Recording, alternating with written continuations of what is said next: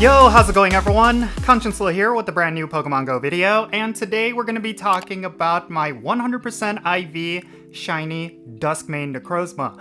This is a Pokemon that I recently obtained over at Pokemon Go Fest, and ever since I got it, I've been really stoked about it. Like, it's just insane that I picked up a Shundo at Go Fest.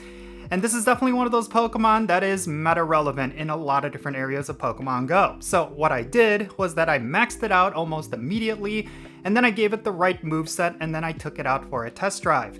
And I do think that when it comes to this Pokemon, it is an absolute monster when it comes to PvE content. It basically is a buffed up version of Metagross, and that makes it a very powerful Pokemon in a variety of different situations. Now, I haven't brought it into PvP just yet, but from everything that I'm seeing, it seems like Dawnwing's Necrozma is going to be much more preferred. So if I ever go into the Master League, I will likely unfuse this Pokemon and then fuse it with a Lunala in order to get Dawnwing's Necrozma and use that instead.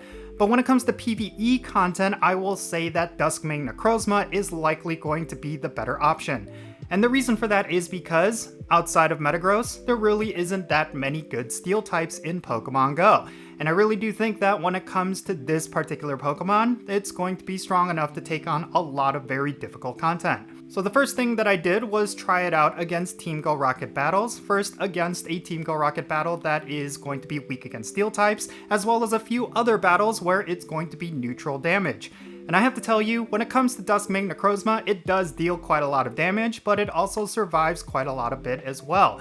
But at the same time, I will say that if the opponent has a fast attack or a charge attack that's going to be strong against Necrozma, then the Pokemon is going to have a difficult time. In particular, I went up against the Team Go Rocket Grunt that was using Bagon with a Fire-type fast attack, and that Pokemon just ripped through my Duskmane Necrozma. So that is something you have to watch out for. This Pokemon is a very strong generalist, but at the same time, it does have a few weaknesses. And I think that goes for every Pokemon that's in Pokemon Go, right? Like even Shadow Mewtwo. That Pokemon is incredibly powerful in a variety of different situations, but if you're going up against a Ghost type or a Dark type, it's going to completely melt through your Mewtwo.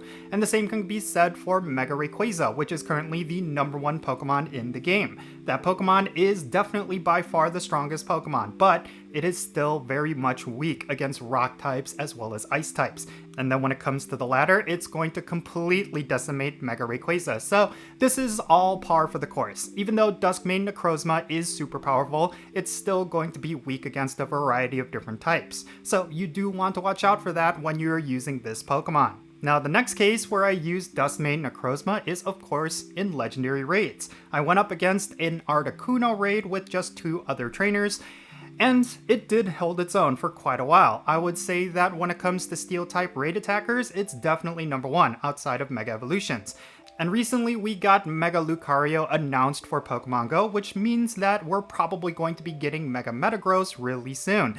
And when that happens, of course, that's going to be the #1 steel type in the game. But as of right now, I will say that Duskmane Necrozma is by far the best non-mega and non-shadow steel type currently in the game. Now, when it comes to Duskmane Necrozma's offensive capabilities, it really hinges on its moveset. And I will say that Metal Claw and Sunsteel Strike, it does feel very clunky when you use it, especially in raid battles. The reason why I say that is because Sunsteel Strike does require a lot of energy for you to use it.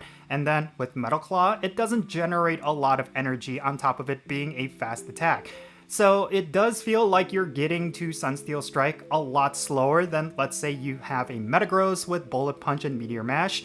And I feel like that Pokemon is a lot more spammy, so you have a lot more options. But when it comes to Dawnwing Necrozma, you're pretty much just sitting there tapping as furiously as you can in order to launch your first attack, which is, yeah, it just feels very clunky. So even though it is a much stronger moveset compared to Bullet Punch and Meteor Mash, I will still say that it doesn't feel good to use, in my opinion. But that's besides the point. It definitely is a powerhouse of a moveset, and I do predict that a lot of players are going to prioritize their Duskmane Necrozmas over Metagross. But I will say that Metagross is a much cheaper option, considering that Necrozma does require a lot of rare candies in order for you to power it up.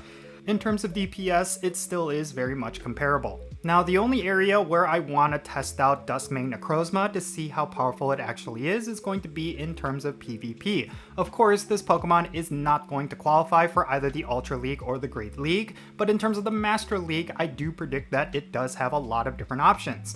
It will be a hard counter to a lot of different Pokemon that have been a big menace within the Master League, but at the same time, it is also countered by a lot of Pokemon that are very common in the Master League. For example, Groudon and Ho-Oh, both of those Pokemon would completely decimate this Pokemon.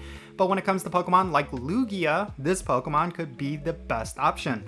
So yeah, I really do like this Pokemon and I think it has a lot of implications, but like I said earlier, I think Dawnwing's Necrozma has much better play when it comes to PvP. I of course may never know because I don't necessarily care about PvP and I haven't for a very long time, so I don't predict that I will be testing that out anytime soon, but at least when it comes to PvE content, this Pokemon is definitely one you should use. And take it from me, powering up my Shundo and then using it in a variety of different situations, I will tell you that this Pokemon is incredibly useful. It's definitely deserving of being in the top 5 when it comes to the all-time greatest Pokemon. That's just my personal opinion. I think Niantic did a good job giving it some good moves because imagine if they had this Pokemon but it did not have a good moveset. I think a lot of players would have been disappointed by that, and I really am glad that there is a Steel type fast attack going alongside Sunsteel Strike. That is definitely what makes this Pokemon stand out. But at the same time, it does unfortunately have some weaknesses, so that is something that you will need to watch out for. It unfortunately is not going to be a universal generalist, and that is quite unfortunate because if it was, that would have made this Pokemon probably one of the best, if not the best Pokemon you could have had. Now, the next thing I want to do is eventually unfuse this Pokemon and test it out as a Dawnwing's Necrozma. I think there are a lot of PvE implications for that Pokemon, and I would even argue that maybe it's going to be a much better all-around Pokemon. The reason why I say that is because when it comes to PvP, like I said many times in this video, Dawnwing's Necrozma is going to be much more preferred compared to Duskmane Necrozma. And because of that, I feel like if you're someone who dabbles in both PvE content as well as PvP content, then you would much prefer having Dawnwing's Necrozma. But at the same time, I will say that when it comes to ghost types, it's not going to be as strong compared to all the other ghost types that are out there as much as Duskmane Necrozma is as a steel type. So that is also something you need to keep in mind. I know that there's plenty more ghost type options compared to how many steel type options that are out there. So that is something that for PvE players, it is definitely worth considering. But yeah, in any case, that's going to be it for this video. Let me know your thoughts regarding both Dawnwing's Necrozma as well as Duskmane Necrozma down below. Do you have either of these Pokemon from Pokemon Go Fest? Were you lucky enough to get yourself a 100% IV? And how have you been testing it out? Definitely share your results down below and let's have a great discussion. And thank you so much for making it all the way to the end of this video. If you ended up enjoying it and found it to be insightful, make sure you hit that like button and subscribe if it's your first time here. And don't forget that little notification bell so you can stay up to date on whenever I upload videos. And real quick, let me give a shout out to all my patrons on Patreon. You make this channel content possible. If you want to support the Consciencelo channel, the absolute best way you could do so is by joining my Patreon. If you choose to do that and become a paid Patreon member, you will get a permanent spot on my in-game Pokemon Go friends list. So when it comes to raid battles as well as the friendship system, if you want to play Pokemon Go with me, then make sure you go and check out my Patreon. Something to keep in mind is that I always prioritize my patrons when it comes to remote raid invites. So yeah, if you need someone who will send you remote raid invites, then the Patreon is something you should check out. And if you want to support my channel in a different way and still be able to interact with me, make sure you go and follow me on social media. My handle is @Jinsula. I'm on the platforms that you see on screen. Make sure you go over there and give me a follow. And that's going to be it for this video. I'm Jinsula. Be safe, have fun, love yourself, and I'll catch you all later.